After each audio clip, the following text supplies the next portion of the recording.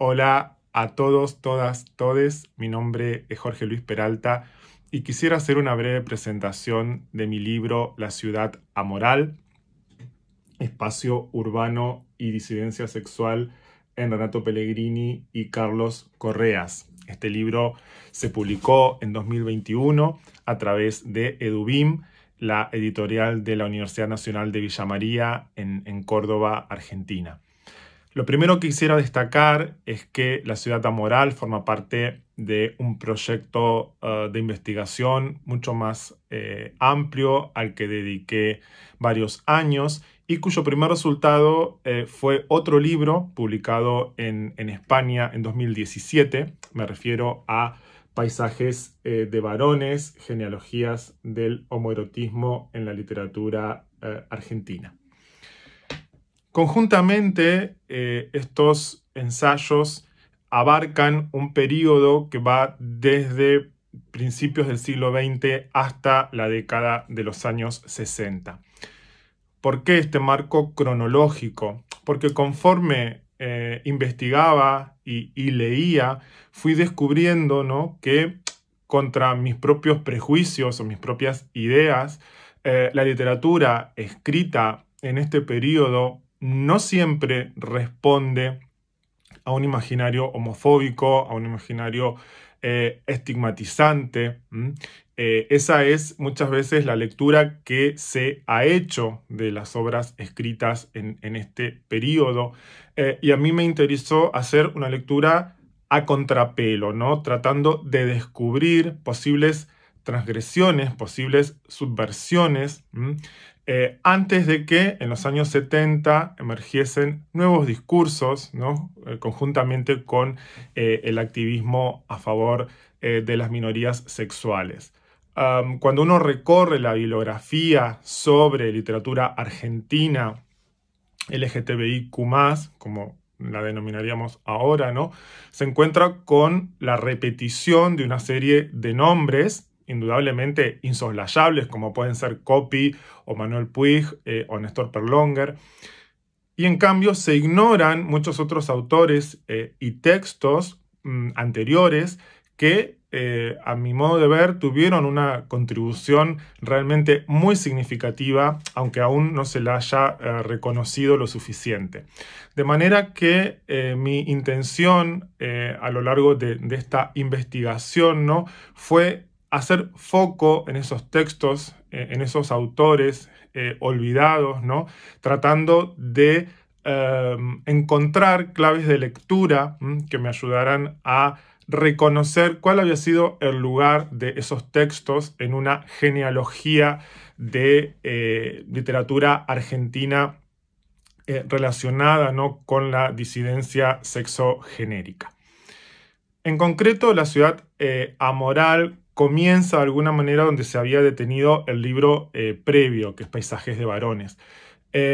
Paisajes de varones traza una serie de genealogías, como indica el subtítulo, tratando de estudiar cómo interactúan, ¿no?, el espacio y el homoerotismo en obras escritas entre principios del siglo XX y los años 50. Y se detiene ahí porque en los años 50 se produce, a mi modo de ver, y eso es lo que intenta demostrar La ciudad amoral, ¿no?, un cambio de paradigma muy significativo, que obedece a una serie de circunstancias históricas, sociales y culturales. ¿A qué me refiero con esto? A que evidentemente había homosexuales antes de los años 50, había espacios donde podían encontrarse, y también había algunos textos que textualizaban, sobre todo a través de un discurso codificado, ¿no?, o críptico o solo para entendidos, ¿no?, ese tipo de deseos.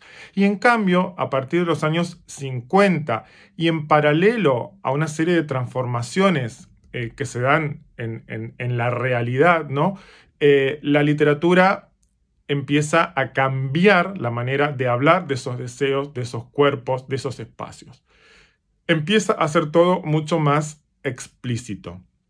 Y esto tiene que ver, como intento argumentar a lo largo de La ciudad amoral, con el hecho de que en la década de los 50 en los espacios urbanos. Yo me he dedicado solo a la ciudad de Buenos Aires porque es el espacio paradigmático, ¿no? Y al que suelen hacer referencia todos los textos literarios del periodo. Pero quizás se podría valorar, ¿no? Hasta qué punto esto no ocurrió también en otras ciudades. Es un tema que en todo caso habría que explorar. Pero si nos detenemos en los textos más importantes y más significativos, transcurren en Buenos Aires. Y en los años 50 en Buenos Aires se cristaliza o se establece una subcultura homosexual con una serie de espacios, de puntos de encuentro, con modos de sociabilidad específicos. Por eso no es extraño que la literatura de alguna manera se haga eco de esa subcultura, de esos nuevos modos de sociabilización, ¿no? Y que eso impacte en la literatura de modo notable.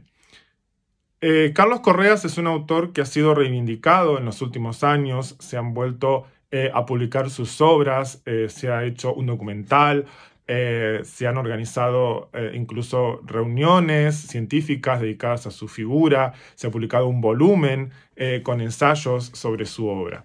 Entonces es un autor que está empezando a gozar de reconocimiento después de haber estado marginado durante mucho tiempo. Diferente es el caso de Renato Pellegrini, ¿no? Un autor que continúa marginado todavía por la crítica. Los recorridos que hicieron ambos autores en algún punto son similares, ¿no? Ambos empiezan a publicar entre los años 50 y 60. Ambos sufren censura por sus textos, Pellegrini por su novela Asfalto, Carlos Correas por su relato La narración de la historia. Y esa censura, ese choque, ¿no? con el campo literario de su época, los envía a cierto ostracismo, ¿no? Del que tardan mucho tiempo en salir. Ambos vuelven a publicar, vuelven a escribir décadas más tarde, ¿no? Pero mientras que a Correas sí le llegó reconocimiento, a Pellegrini todavía no. De manera que me parecía muy importante centrarme en estos autores porque con ellos podemos ver un cambio significativo, ¿no? Cómo realmente en sus obras se habla de espacios literarios, de espacios homoeróticos en la realidad, ¿no? que apuntan a lo que era esa Buenos Aires de los años 50, y al mismo tiempo sus obras se convierten en espacios literarios que hacen lugar, ¿no? a lo que hasta ese tiempo, hasta ese momento, no se podía decir de manera explícita, de manera tan abierta.